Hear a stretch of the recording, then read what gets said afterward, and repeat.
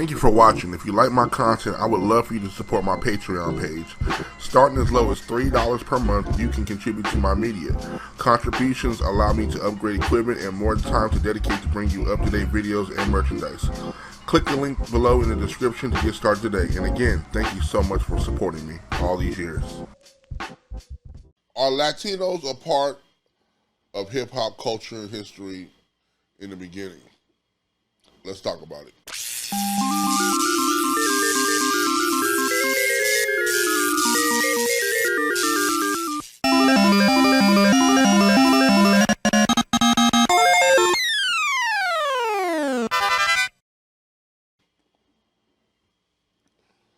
As far back as I can remember, I watch a lot of documentaries.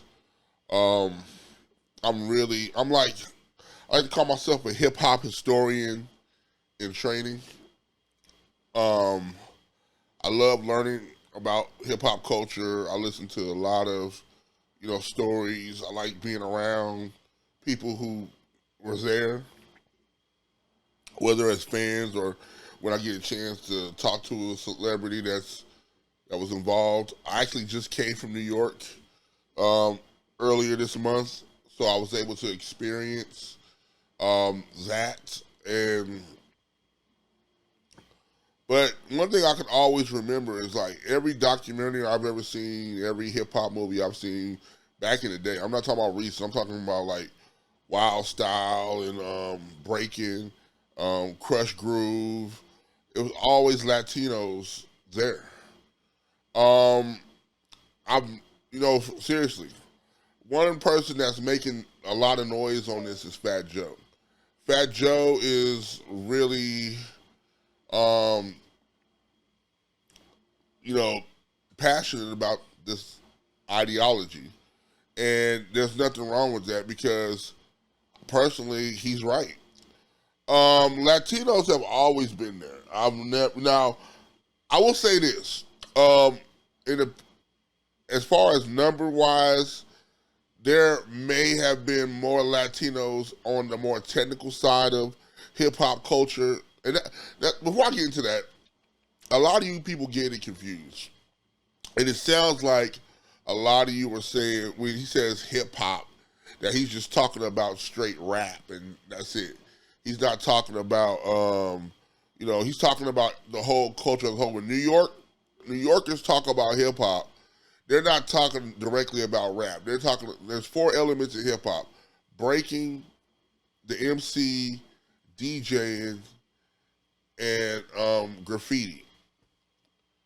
The 4 elements is hip-hop. Hip-hop is not just grabbing a mic and writing some rhymes.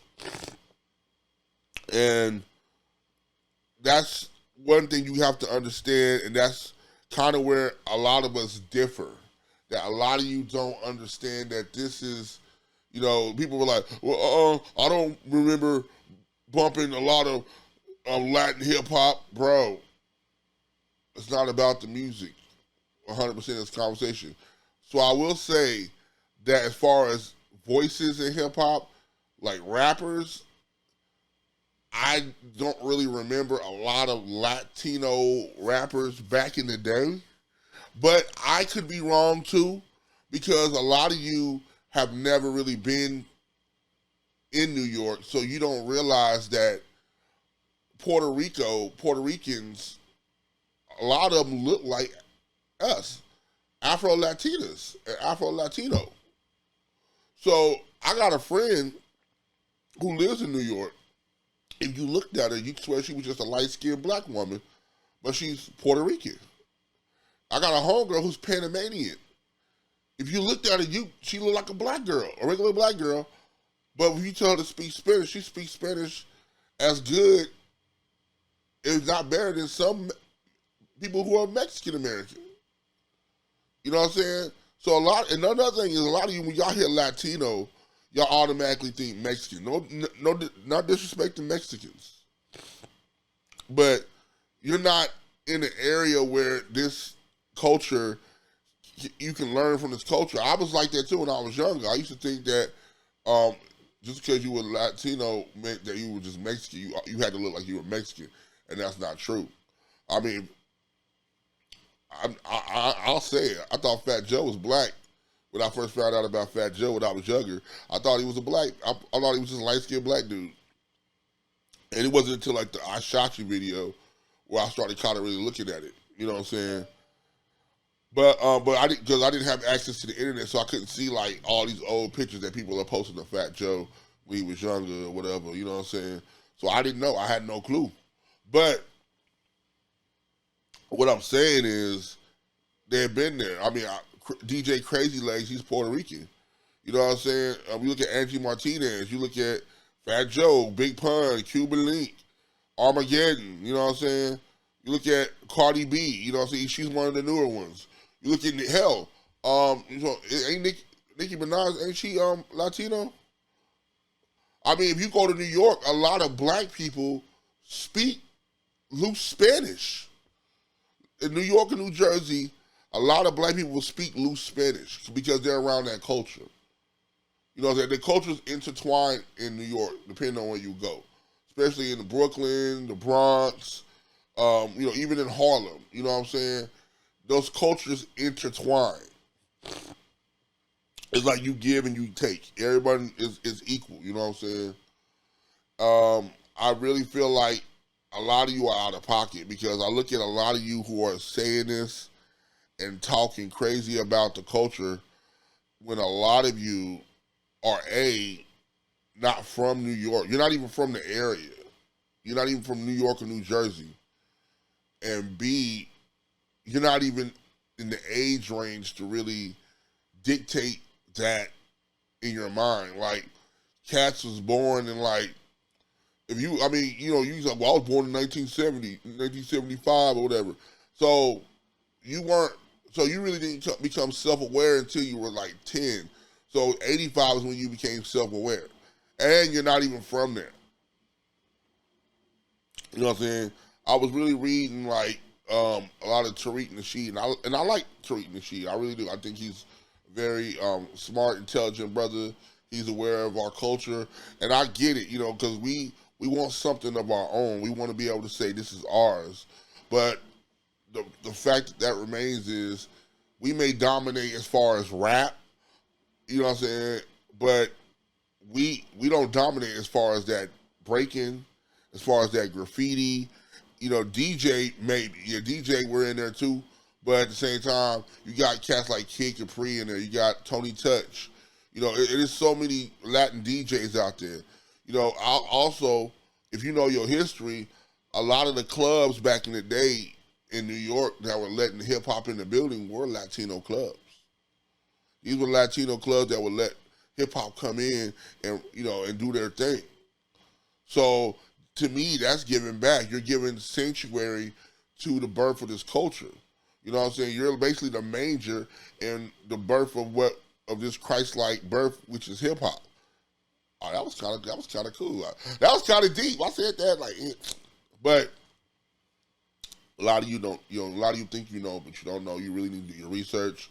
You need to start watching these movies. You really need to start listening to the old heads in this culture. Another thing that really bothers me about this conversation is the fact that nobody from back in the day is objecting this. I don't see Big Daddy Kane, KRS-One. I don't see MC Light. I don't see Africa Bambaataa. I don't see none of these cats that were back in the day that are rebuttaling this because it's facts. Latinos are a part of hip-hop culture, whether you like it or not. I know you probably thinking, nah, you know, whatever, but there's nothing you can say. And honestly, if you're not from New York, we're guests in hip-hop. You know what I'm saying? If you're not from one of the predominant areas, New York, LA, the prominent areas in the South, Chicago, if you're not in a place that's really established, you're kind of a guest. You know what I'm saying? Especially if you ain't from New York or LA. You know what I'm saying? Because New York is the birthplace, and LA is like where it went to another level. The South, yeah, definitely. South did what they did. The South is doing it, and I got love for the South. But what I'm saying is, we as a culture need to stop trying to dismiss people just because they don't look like us. You know what I'm saying? Is hip hop predominantly black? Yes, very much so. But the secondary is Latino. You know what I'm saying? The secondary is Latino. Fat Joe is a part of his culture. There's a reason why Fat Joe was at Rock the Bells. There's a reason he did the verses. There's a reason why Fat Joe is always in the conversation. You know what I'm saying? And I ain't gonna even lie. There's like one Fat Joe album I like, so it's not like I'm defending this nigga. You know what I'm saying? And I'll be real with you, like, it's like one Fat Joe album I like, the Don Cartagena. That's my favorite album by him. And Fat Joe has released some music that I wouldn't really, but he is definitely an OG. I'd hold the door for him. I meet him, I'm gonna hold the door for him. I'm gonna shake his hand. I'm gonna respect him because he is an OG. You know what I'm saying? I learned about him. I first heard his name come out of KRS-One's mouth on Double Trouble. My man Fat Joe, he down with us. You know what I'm saying? Fat Joe is a staple in hip hop. You know what I'm saying? And I mean, and granted, he brought in the big wave of Latino rappers. You know what I'm saying? Like Terror Squad and Cypress Hill. You know what I'm saying? And the Beatnuts. You know what I'm saying? So it's like, you got to really do your homework when it comes to this conversation before you jump in. Because it's really disrespectful to say what some of y'all are saying about Latinos in hip-hop. Latinos are there, and I got mad love for all of them. I know so many people from New York that are Latino.